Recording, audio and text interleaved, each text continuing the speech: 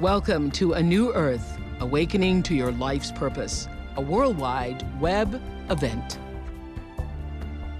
Brought to you by Chevy, technologies that go from gas-friendly to gas-free. Sponsored in part by Post-it Flags, find what matters fast. Sponsored in part by Skype, bringing people closer with video calling. Welcome, everybody, to week number 4 of our New Earth web class. Thank you again for joining us as we come together to study and to discuss our 61st book club selection, Eckhart Tolle's A New Earth. I am just so happy that so many of you around the world are making time. You're giving time to yourself every week to be awakened, and we're all doing this together. It is really my deepest hope that our collective consciousness will begin to create a powerful transformation, not only in our individual lives, but in the future of our planet. So welcome to you all, and welcome, sir. Thank you. Yes. A good week for you? Yes, very good, thanks. Very good. Yeah. So let's do what we've now started as a tradition. A moment of silence. Yes. And the question is where to put our attention. And this time, I suggest we put our attention into the feeling of aliveness within what I call the inner body, to feel that there's actually life inside your hands. A good place to start is always with the hands, to feel, yes, I can feel somehow that there is an aliveness in here. The cells are alive. And that's the beginning of being able to feel the entire inner body, the energy field, as a global sense of aliveness. And just put our attention there rather than have it in the head. And then we can enter actual stillness, because stillness doesn't happen until the mind becomes still.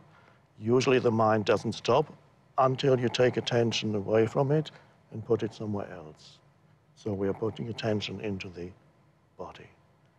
And so we can go into stillness just for half a minute or so.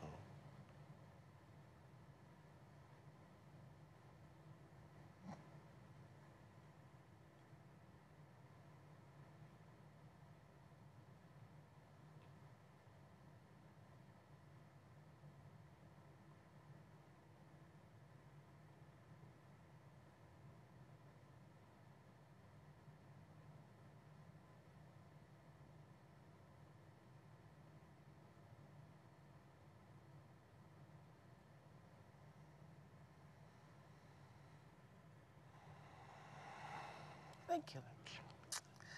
Let us begin here on chapter 4, which is a very long chapter.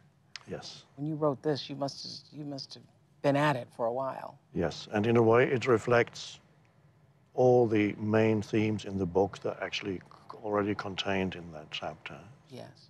The chapter is called Role Playing, the Many Faces of the Ego. So before we really begin, I'd like to take a moment and talk about one of the most frequently asked questions that we receive by far. So many people who are committed to the book and becoming aware of a new way of thinking, a new way of consciousness, want to know how they can relate to people in their lives who are not yet on this path and don't think they need to be. Sometimes it's a coworker or a friend or even a spouse, you all have said to us on many of your emails, and it can feel very divisive. And we got an email from a gentleman who says, listen, my wife isn't interested in this. I don't know what's gonna happen to our relationship. So that question actually came up as one of the last questions from Qatar, the very first session that we had. But it's an ongoing question that a lot of people, the more they become engaged in the book, are feeling and wanted your response to. Yes. The main thing is that the shift can only happen inside you.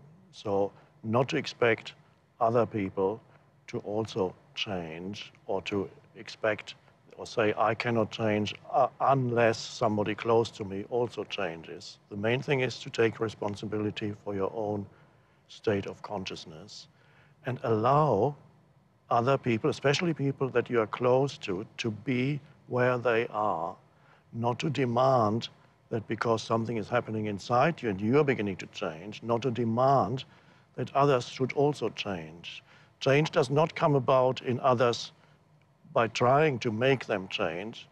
The most powerful way of bringing about change in others is not trying to bring about change in the other, but to completely accept the other as he or she is. So that is absolutely vital. There are even schools of psychotherapy that recognize that. So you give the other person complete acceptance. And that's part of this change that's happening in us, is that we step out of the judgmental mind that continuously judges the other. So we step out of that, and if we step out of the judgmental mind, we are able to simply accept your partner, a close friend, a family member, a relative. This is where they are at right now. They are still going through their old behavior patterns.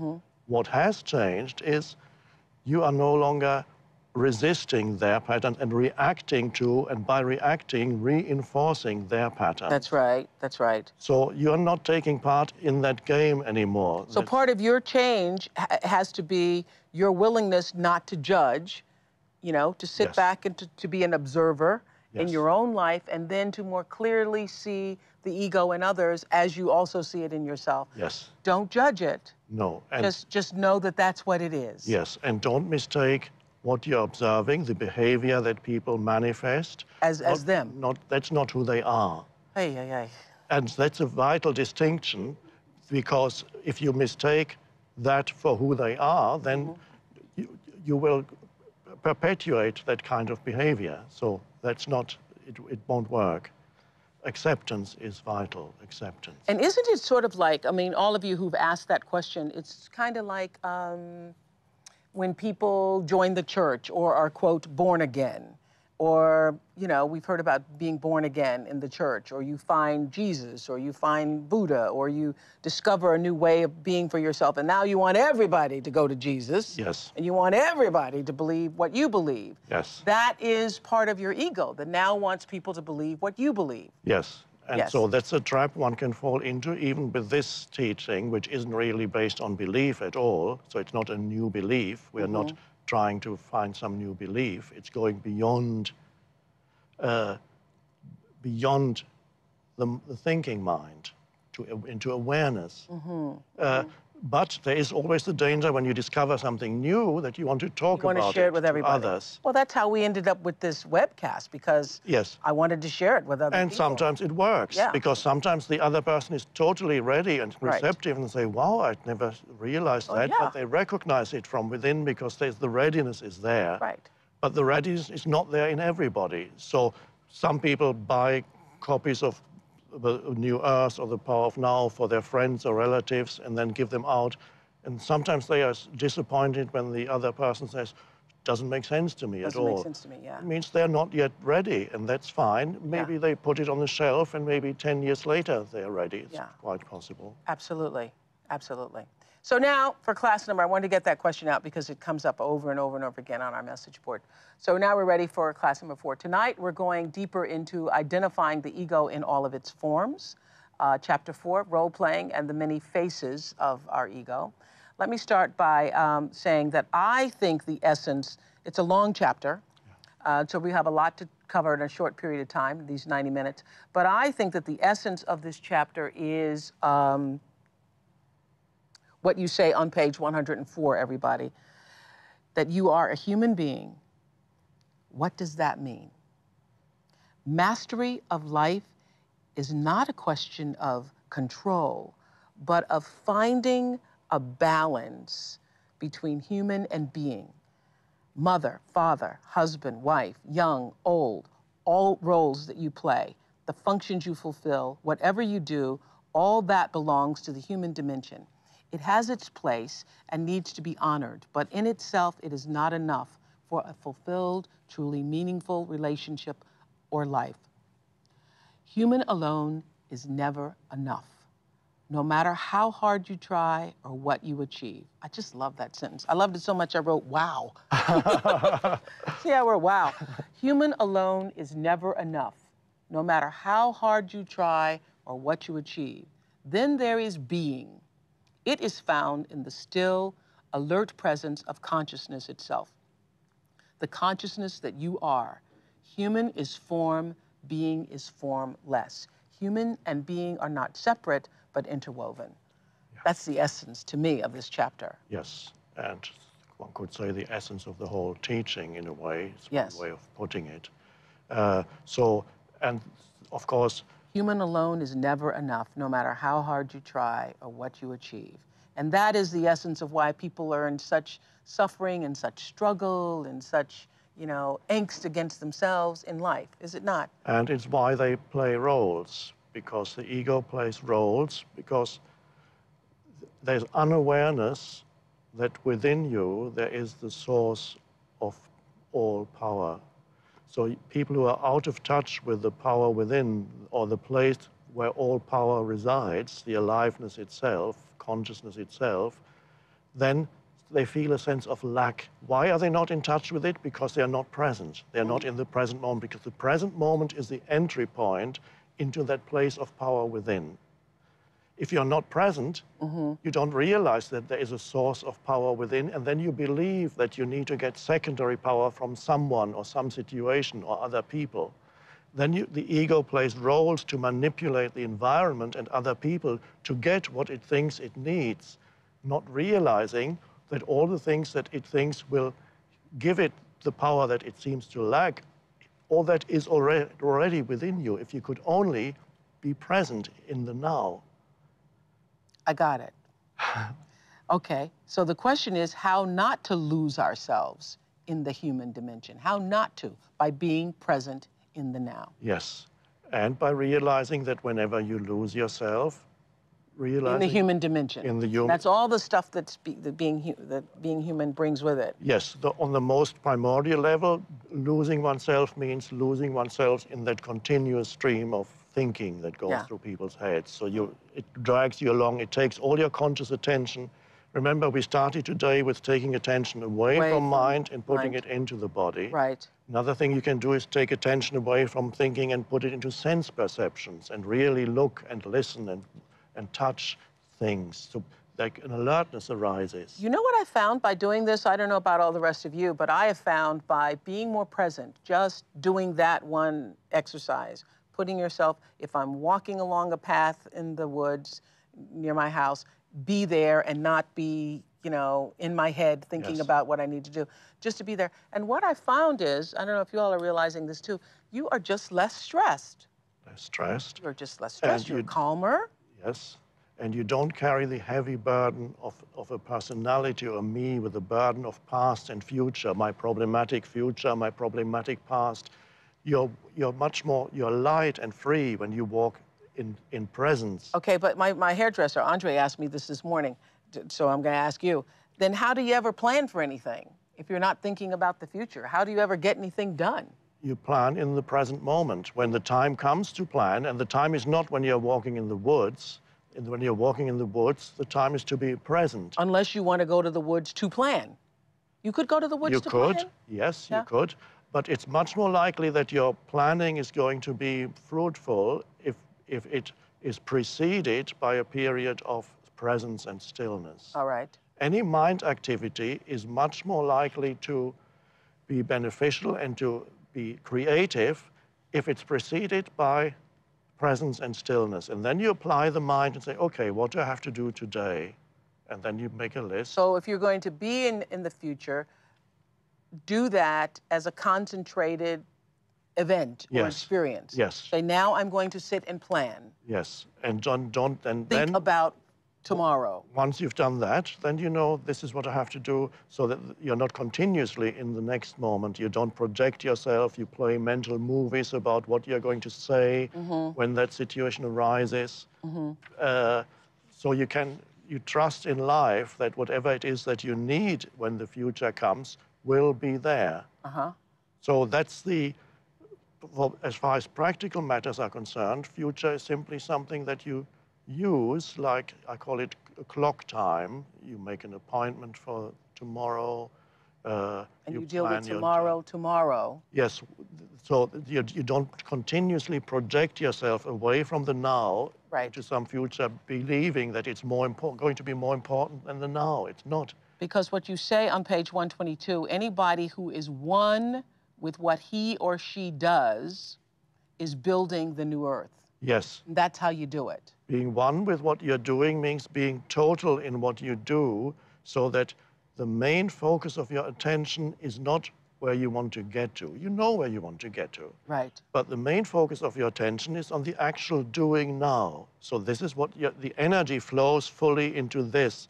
The energy is not diverted from what you're doing now through mental dysfunction, because you're wanting to get there, because then whatever you're doing will be stressful. Because whatever you give your 100% attention to is going to be better anyway. Yes. Absolutely. There was a Zen master, he was watching somebody in a competition, archery, and a man was trying very hard to win this competition, but he just couldn't make it. And then somebody asked the Zen master, what's he doing wrong?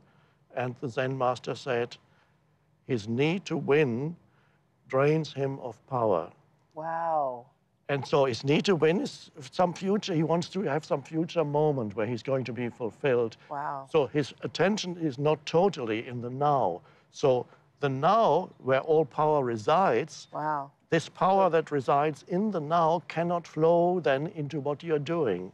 The openness isn't there. Yeah. Because to have mastery in any endeavor, whatever it is, you need to be total in what you do. That's what athletes know. The Yes. great ones know. And then when they enter that, they call it the zone. Yeah, there was this great article this week, as a matter of fact, those of you saw it on Tiger Woods in USA Today, saying that he's perhaps the greatest athlete of all times because that's what he knows how to do, is to focus and be 100% present. Yes. It's just him and that ball. Absolutely, yes. Yeah, yes. golf course. Yes. Okay, so another question that was on the message boards a lot. Last week when Kadada from California called and was on Skype, and she was saying that as a young person, she's thinking about the future and thinking about wanting to have a career and husband and so forth.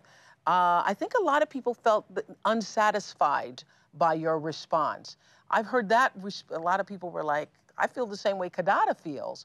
A lot of people are wondering where the passion goes, where the ambition goes, and how you can relate passion and ambition, which is what I think Kadada was saying, with this new awakening. Yes. So do we now we're just all so awakened and that we become passive people? No, the passion is much greater when you are totally focused on what you're doing now. The passion will become stress. The more you're focused on where you want to get to, the more the passion will degenerate into stress. You may still have a high energy, but there's a lot of negative energy that comes in. Mm-hmm. So if you want to remain truly in your power, then you need to be total, and that applies to the smallest thing that you do during the day. Right. Because even great endeavors consist of small steps, even the greatest thing. You are doing wonderful work, but every day that you spend consists of small steps. You arrive in the studio, you get dressed, you get ready, you speak one sentence at a time. It all consists of, and one needs to be present as you are. That's where the power comes from, every moment, and not look to some future moment that promises some kind of greater fulfillment. That is the delusion. It does not mean that you don't have a plan. You can plan, I want to achieve, I want to build up a business, I want to do this or that. Yeah. But the main focus must be in the doing. And if the main focus is in the doing now, the passion is there and the deep enjoyment is there and an intensity of energy. An intensity of energy. Now, people often... Say that again, what the Zen master said, that his desire to win... His desire to win drains him of power. Desire to win drains him of His power. need to win drains him of power. So the... Writing that down. That's the being present. You just focused on whatever is necessary in that moment. In that moment. I'm sure that struck a lot of people, that Zen master quote there. Yes. Because you gotta win, you gotta make it, you gotta succeed, yes. you gotta, and that's draining energy from you. Instead, we should be focused on this moment, this step, and then the next step, and then the next step. That's right. Okay. Now, you may win if you're try very hard and very stressed, occasionally it happens that you do win, but it's not really worth it because you get more and more depleted. And after a while, you lose the joy of life. If you spend 5 years of stress and finally you achieve what you wanted, is that worth it? Right. Enjoyment is very important. Am I losing? Is there joy in what I'm doing? Is there an aliveness, an intensity? That's the question. People believe sometimes high energy in our civilization. When there's high energy in what you do, often people believe there must be stress. They cannot imagine high energy in what you do without stress. Because that's how we are conditioned, because we're always conditioned to look to the next thing. But there is a much more powerful state of high energy and intensity of energy. I was going to say where the energy is intense and focused. No stress at all. No stress at all. Well, let's go to our New Earth Study Group, watching our webcast at Borders on Michigan Avenue. Hello in Chicago. Hi, everybody. Hi again. Hello. All right, Shireen has a question. Hello, Shireen. Hi, Oprah. Hi, Eckhart. Hello. We're thrilled to be here. Good. My question is for you, Eckhart. You say on page 126 that constant alertness is required to not let the ego take over. And I was wondering, are you in a constant alertness yourself, and do you ever struggle staying alert? I'm usually present in the now. The intensity varies according to the situation. If I'm sitting alone at home, there's just a background of stillness, and there may be thoughts arising, I may be doing this or that. And then if a situation arises, the more challenging the situation is, the stronger the sense of presence that arises. That's a strange thing. I realized that the first time after this, I underwent this shift. I was actually in a cinema and I was watching a film. It was a Japanese film about the end of the world. And I saw all these things, everything was going up in flames. And This is on the film? in the film. Okay. And I suddenly found I was becoming more and more peaceful and present inside. There was intensity of aliveness, as if inside something was saying inside me, there is no death. But that's an interpretation. Really, for the first time, I realized when things go wrong outside, presence intensifies. When everything is fine, there's just a background of presence. And that's wonderful. So because then the challenges that come into your life, two things can happen when a challenging situation or challenging person comes into your life. Either the challenge drags you into old, conditioned ego reactions. Right. For example, an angry person provokes an angry reaction in you. So this means the other person or the situation drags you to their level of consciousness or unconsciousness. That's one thing that can happen. The other possibility is that any challenge wakes you up more. So you become more intensely present when there's a challenging situation. And even, let's just look at a very simple situation. It's not really challenging, but for some people it is. You're sitting in a traffic jam. It's not moving. You have to get somewhere, but it's not moving. So many people would go into negativity at that point. They get stressed, they get upset, the body gets tense. So that situation, then you react in the old way. And perhaps a few minutes ago, you were at home very still and present, and it felt good. And you were looking at the tree and the flowers. You get in the car, and the moment the first challenge happens, it can drag you down into unconsciousness. But there's another possibility. You can be alert and recognize that situation as the first challenge of the day. And then you say, okay, here I can either go into reaction or I can go into more presence. And suddenly you're in the same situation, nothing is moving, fumes, cars, and suddenly you become actually completely present in that situation. There's an exercise, Shireen, in the workbook that we have for this chapter where we talk about being, there's two, the transparency. Can you describe that? Becoming transparent. Yes. When you react against a situation, whatever it is, something irritating, it could be somebody screaming, children screaming, an irritating noise. And when that happens, it's almost as if you were a wall and whatever the irritations were hitting this wall inside you. And it hurts because something inside you gets hit. Now, as a practice, what you can do is imagine yourself being transparent. So what before was hitting this wall inside you, and that was painful, that was the resistance, that this shouldn't be happening, that's painful. Now imagine yourself being transparent, and the irritating thing passes through you. You can do it, I mean, for example, one of the most irritating noises is perhaps a drill that goes, yes. They break up the road. And so practice with that, become transparent to that, feel the noise passing through you. It's wonderful. And suddenly, in the very same situation that before would have provoked a negative reaction in you, you actually become more present and more peaceful. Right. So the very thing that would have made you react now makes you more present. Makes you more present. Also, you talk about the deep lake effect. Would you describe that? Yes. So the lake, if you imagine a vast lake, the surface of the lake changes all the time according to the weather, according to the wind. Sometimes it's rough, sometimes it's very still. But even when it's rough, if you imagine you are the lake and whatever happens in your life, the external situations of your life are the surface of the lake. External situations change continuously. Sometimes it's rough, sometimes it's fine, it's very still. But no matter, even if they are rough, the surface, the depth of the lake remains always undisturbed. And you are the lake in its depth. So your external life is the surface of things, surface reality. Your ego. Ego for the world of form, and included in the surface reality is even all your thoughts. Right. Because what we are talking about as the inner depth is deeper than your thoughts and your emotions. And your presence is the bottom of the lake, is yes. the lake, is the yes. full lake. Yes.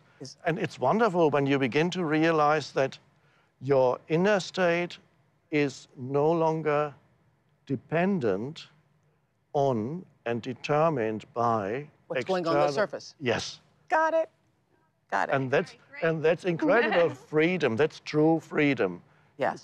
You can arrive at that place even if you are in a prison cell. And I've had letters from prison where people have written to me and said, we are free. I am free. I have found that place where my inner state is no longer dependent on what's happening outside. Of course, the prisoner would still prefer to be outside. On that level, fine. But that's right. Deep down, there is freedom from external conditions. Because you are connected to the beingness of yourself. Yes. The consciousness of yourself. Yes. And you can use the word being, you can use the word consciousness, you can use the word, a lot of people use the word soul. Yes. Or inner being, yes. higher self. The word doesn't matter. No, the word doesn't matter. Thank you, Shireen, and everybody at Borders. Thank you. Thank you very much. Very alert. So let's get into this chapter. You say that we can assume that the ego is at play whenever we feel superior or inferior to anyone else. Now, I know this is true. When you see the person who's the biggest jerk out there, you know, people who act with such a sense of superiority and arrogance, I know that that is because they are really feeling inferior. Yes. But still hard to deal with. Yes. But what surprised me is that you say that often people who are also shy are also acting out of their egos. And you say whenever you feel superior or inferior to anyone, that's the ego in you. Why is that? Well, if you're shy, then what you fear is to be found wanting, but so you dare not. You say the fear is that the attention may take the form of disapproval or criticism. Yes, you're afraid of that. So because you're afraid of that, whatever the disapproval or the criticism would represent an injury of your mentally mind-made sense of self, which is the ego. So the image that I have of myself as a capable person or whatever it is that I'm trying to uphold, if I encounter criticism, the ego immediately will be hurt. And so a shy person would not dare say anything because they're afraid of ego loss. Afraid of ego loss. Got it. And so, because sometimes that's mistaken for an egoless person, a person who's very But meek. not. And it's not. And deep down inside the shy person, or a person who is suffering from this sense of inferiority, there's the desire, the unexpressed desire to be superior. Wow. And inside the person who acts superior, who seems to have a big, confident ego, there's always the hidden fear that he might be inferior. And his whole acting out is to compensate for that hidden fear of being inferior. Okay, behind every positive self-concept is the hidden fear of not being good enough. Yes. Behind every negative self-concept is the hidden desire of being the greatest or better than others. Yes. And where does self-esteem fit into all of that? Where does real self-esteem, what would true self-esteem look like? Well, first there is the ego self-esteem, which is really, even if you have high ego self-esteem, as we've just seen, there's always hidden fear underneath it. It's always there to compensate for that fear that you feel of not being good enough, of perhaps failing. So you need to play a role of being big to compensate for the fear of failure that's deep down. So but that's usually the world calls that, the world would say he or she has high self-esteem, if the people who have big egos. But the world doesn't realize that that's not true self-esteem. True self-esteem goes much deeper. It's finding the source of power and aliveness deep inside. We talked about the lake. Realizing that within the depths of your being, there is that continuous source of intense aliveness and power, which is the stillness out of which everything comes, the potential, the unexpressed potential for all form is there within every human being. You just have to become still. So true self-esteem is realizing that that sense of being, that presence is there. It comes out of the stillness. That it comes out of the stillness. And that presence in me is the same as the presence in all people. Yes. And when you recognize that and act from that space within yourself, that is when you have true self-esteem. That's true self-esteem. And self-esteem then is no longer derived from the belief that you are better than somebody else. And so you are not attached to the labels or the roles that you play. And you speak about the many various roles that everybody has. Yes, and then you're no longer devastated by criticism or get very angry when you're criticized, as the ego does. The ego is either totally devastated when you or it gets very angry when it gets criticized, the self-image. But you know, there's a role that most, or most women in our society and all societies play, is that role of mother, which is which is more than just a role. I mean, it's real. It's not just a role. Yes. Yeah. So we need to differentiate between the function that you need to fulfill in this world for a while. Right. So if you have a child, your function is to be the mother and to fulfill the function of being the mother, which of course is looking after the child, sometimes set limits, what the child is allowed to do and so on. That's all fine. Now, if you become too identified with your function, then the function turns into a role. And then you cannot let go of the role, and that gets stuck to you. And even when the child grows up, and especially becomes a teenager, you still behave as if your child were small, and you still try to control and try to protect when it's no longer appropriate. I got it. Because you're stuck with the role then. So sometimes when the children become adults, the adult children are still treated by their parents who are stuck in the role of parent. They can't let go of the role. Yes, so they believe unconsciously that they need to continue to protect and ultimately control what the child does. Because you don't parent a child the same at every age. No. Absolutely. Yeah. And so they've lost sight of the function that they had as mother to be guide and to direct and to correct and to help and to protect. And right. Yes. And they want to carry that into the future. Yes. Because they are attached to the role. Yes. Okay. And it's not only when children grow up, even when the children already are still small. Right. If you are completely identified with this role of mother, then also it can become obsessive. So you might become too controlling or overprotective. Certain functions become overemphasized. You go too far in fulfilling these functions. So what was good initially is looking after the child, protecting the child, can become too much. Okay. I got it. Yeah. I got it. Tonight, actress Jenny McCarthy is joining us. Ah. Yeah, via Skype. Hey, Jenny. Hi. How are you? Do you know that when I was reading this book, Jenny, when I was reading my book, here it is, my book's all kind of torn up now, but when I was reading this book on page 104, I wrote, when I read, as you look at, listen to, touch, or help your child with this or that, you are alert, still completely present, not wanting anything other than that moment as it is. And this way you make room for being. In that moment, you're present, you're not a father or mother, you're the alertness, the stillness, you are the being behind the doing. I wrote Jenny McCarthy because that reminded me so much of what you had said about your function as a mother. Yes, absolutely. You know, I read this book when it first came out, and that was one of my big wake-up calls. Realizing that when I was with Evan, all I needed to do was just be with Evan. And our relationship bloomed.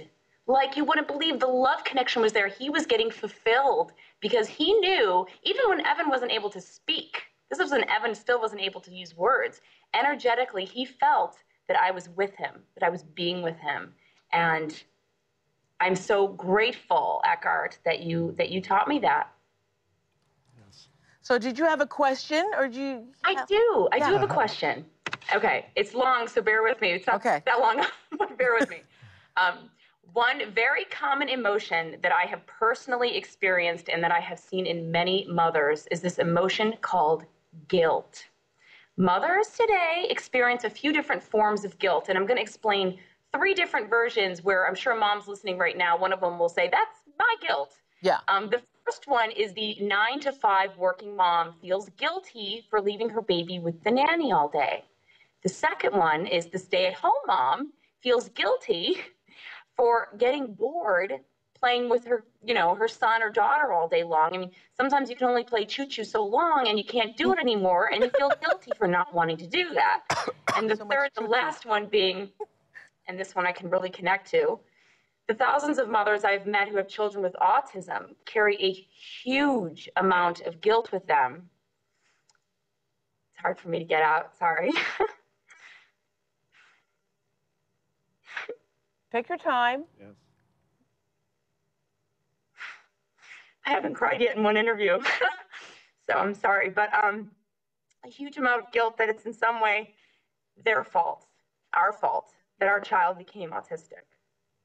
So my question is, can you offer some insight as to how we can look at things differently from a different perspective and how to alleviate this guilt that we carry as mothers? 9-to-5 guilt, choo-choo guilt, and feeling guilty because your child has autism or whatever your child has, and that you are somehow responsible. Thanks, Jenny. That was so well said. Thank Thank you. you. Before I say anything, I read your book when it was still in manuscript form. You gave it to me, and I was very impressed by what you did with your child, the courage that you had, where other people would have succumbed and fallen into negativity or self-pity. You were able to turn it all around and make it into something very, very positive, at the same time helping many other people, not helping your child, but helping many other people. Now, Thank you, Eckhart. you still feel guilty, of course, that's the structure. Even after all this wonderful work that you have done with your son, it's amazing, isn't it, that there are certain structures in the human mind that operate no matter how much good you do, the structures carry on playing themselves out, and they are part of the, what I call, not the content of the ego, but the structure of the ego. So nobody could have done a better job than you with your boy. In addition, helping many others writing that book.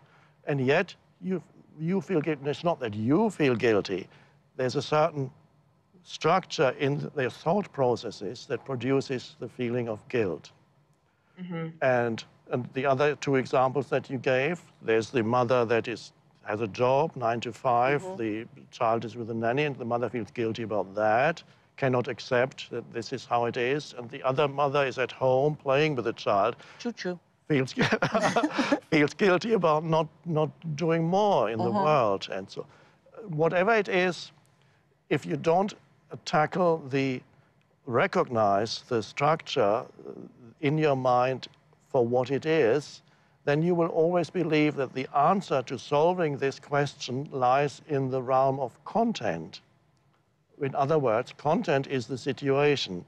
So if I change the situation, perhaps I won't feel guilty anymore. Then this would be, if you think that this so-called problem, it's not a real problem, it's a mind-created problem. If you believe that this problem can be solved on an external level by changing something that you do, it will not, because no matter what situation you go into, the guilt will come back. Because in this world, you are limited. You can't do everything. You either do this or you do that, but you cannot be both at home and at work at the same time. So the mind, no matter what situation you go into, will bring up the same structures. So unless you're very alert and you recognize that these are egoic mind structures, nothing to do with content, then you realize that one of the jobs of the ego is to blame others. Another job of the ego is to make yourself feel guilty. Both of these things strengthen your sense of identity. They are negative senses of identity. And the ego loves to have a strong sense of identity, and no sense of identity is stronger than a negative one, where you condemn yourself for something.